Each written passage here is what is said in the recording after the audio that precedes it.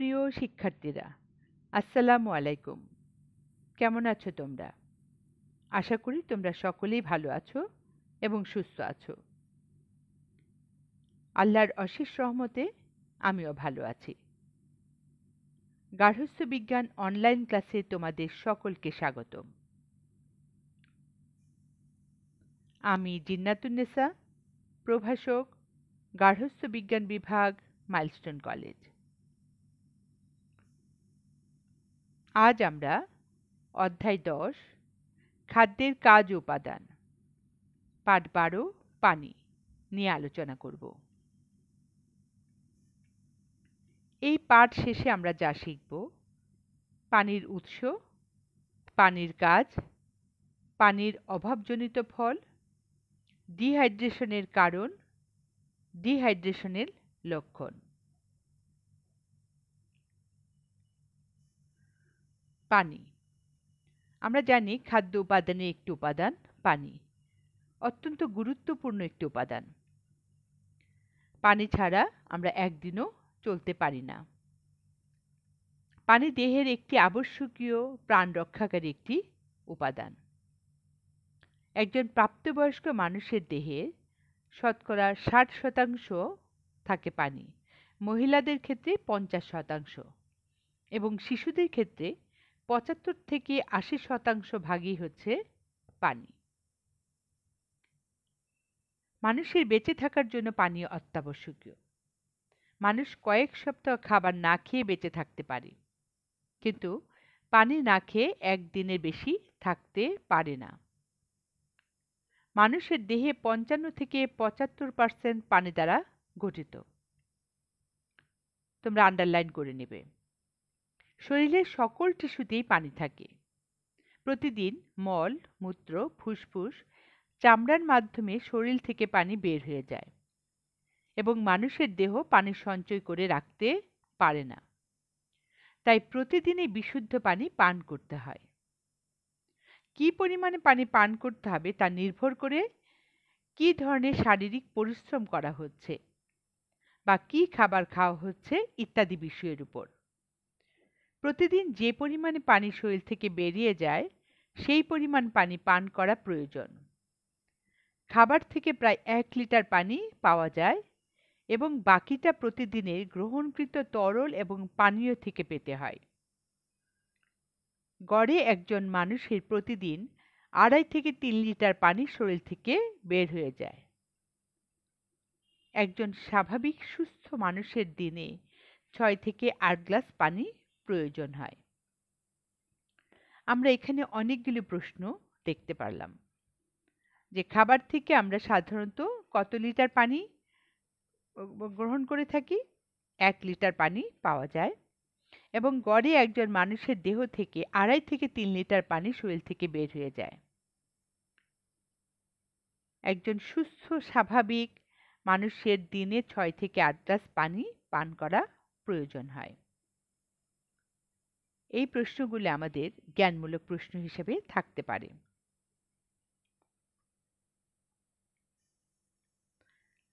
এখন আমরা জানব পানির চাহিদা বেড়ে যাওয়ার কারণ কি। খুব বেশি গরম আবহাওয়ার কারণে অনেক ঘাম হয়, আর যখন ঘাম হয় স্বাভাবিকভাবেই তখন পানির চাহিদা বেড়ে যায়।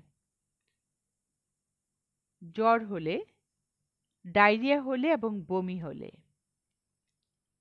ডায়রিয়া যখন হয় তখন শরীর থেকে আমার পানিটা যখন বের হয়ে যায় তখন পানির চাহিদা বেড়ে যায়। অনেক বেশি পরিশ্রম করলে, কারণ আমরা জানি যখন পরিশ্রম করা হয় তখন পরিশ্রমের সঙ্গে ঘাম বের হয়, আর ঘামের সঙ্গে তার পানিটা শরীর থেকে বের হয়ে যায়, তাই তখন পানির চাহিদা বেড়ে যায়। শরীরবৃত্তীয় খেলাধুলা করলে বা ঘাম ঝরিয়ে ব্যায়াম করলে, খাবারে আঁশ জাতীয় খাদ্য বেশি থাকলে, স্তন্যদাত্রী মা সন্তানকে যখন দুধ খাওয়ান তখনও পানির চাহিদা বেড়ে যায়।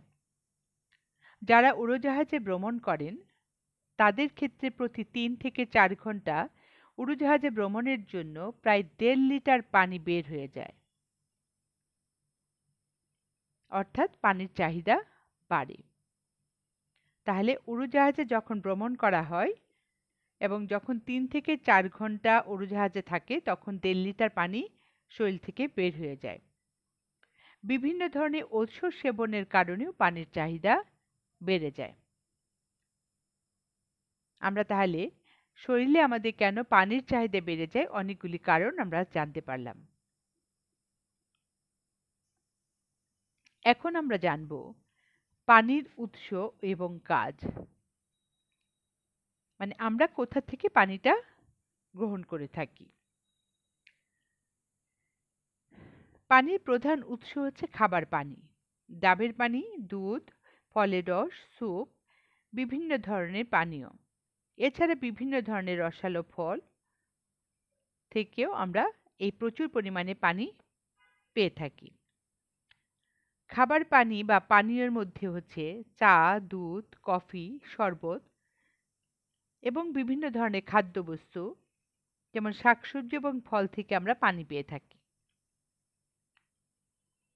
খাবার পানি ছাড়াও যেরকম আমরা বিভিন্ন ধরনের ফল থেকে আমরা ১ থেকে ১.৫ লিটার পানি গ্রহণ করা হয়। বিভিন্ন ধরনের খাদ্য গ্রহণের মাধ্যমে দেহে যে পরিমাণ পানি সরবরাহ হয় এই পরিমাণ প্রায় ১ লিটার বা শাকসবজি এবং ফল থেকে প্রায় ৬০ থেকে ৮০% পানি আসে আমাদের বিভিন্ন ধরনের খাদ্য গ্রহণের ফলে।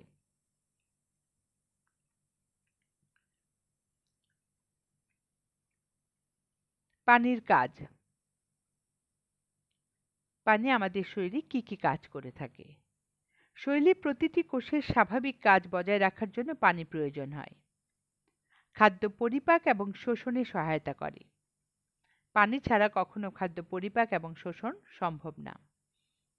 শরীর থেকে বর্জ্য পদার্থ বের করার জন্য পানি গুরুত্বপূর্ণ ভূমিকা পালন করে থাকে।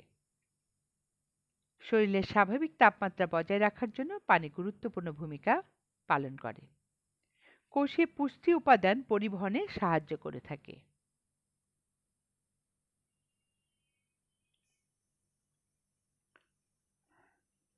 ডিহাইড্রেশনের কারণ বা অন্যভাবে যদি আমরা বলি পানির অভাবে কোন ধরনের অভাবজনিত রোগটা দেখা দেয়। পানির অভাবে যেই রোগটা দেখা দেয় সেটাকে আমরা বলে থাকি ডিহাইড্রেশন বা পানি শুষ্কতা। শরীরে যখন অধিক পরিমাণে পানির ঘাটতি হয় তখনই তাকে যে অবস্থার সৃষ্টি হয় সেটাকে আমরা বলছি ডিহাইড্রেশন বা পানি শুষ্কতা। ডিহাইড্রেশনের যে কারণগুলি আছে অতিরিক্ত গরম আবহাওয়া, আর্দ্রতা, ব্যায়াম অথবা জ্বরের কারণে ঘাম বেশি হওয়া, পর্যাপ্ত পরিমাণে পানি পান না করা বা খাদ্যে তরল জাতীয় খাদ্যের ঘাটতি থাকা, ডায়রিয়া হওয়া, অতিরিক্ত বমি হওয়া, এগুলি হচ্ছে আমাদের ডিহাইড্রেশনের কারণ। এখন আমরা জানব ডিহাইড্রেশনের লক্ষণ। যদি ডিহাইড্রেশন হয়ে থাকে তাহলে কি ধরনের লক্ষণটা প্রকাশ পায়? যেমন মাথা ধরা, দুর্বল লাগা, ঠোঁট শুকিয়ে যাওয়া বা ফেটে যাওয়া, মূত্রের রং গাঢ় হওয়া। ডিহাইড্রেশন থেকে শরীর মারাত্মক অবস্থার সৃষ্টি হয়। তাই ডিহাইড্রেশন প্রতিরোধে পর্যাপ্ত পরিমাণে পানি গ্রহণ করা দরকার। আজকে আমরা এই পাঠ থেকে পানি সম্পর্কে আমরা অনেকগুলি জিনিস জানলাম এবং পানি অত্যন্ত গুরুত্বপূর্ণ আমাদের শরীরের জন্য। যদিও এই পাঠটি অনেক ছোট কিন্তু তার গুরুত্ব রয়েছে অনেক বেশি।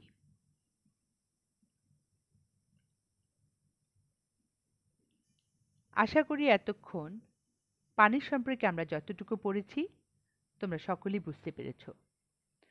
ধৈর্য সহকারে আমার অনলাইনে ক্লাস করার জন্য তোমাদের সকলকে ধন্যবাদ।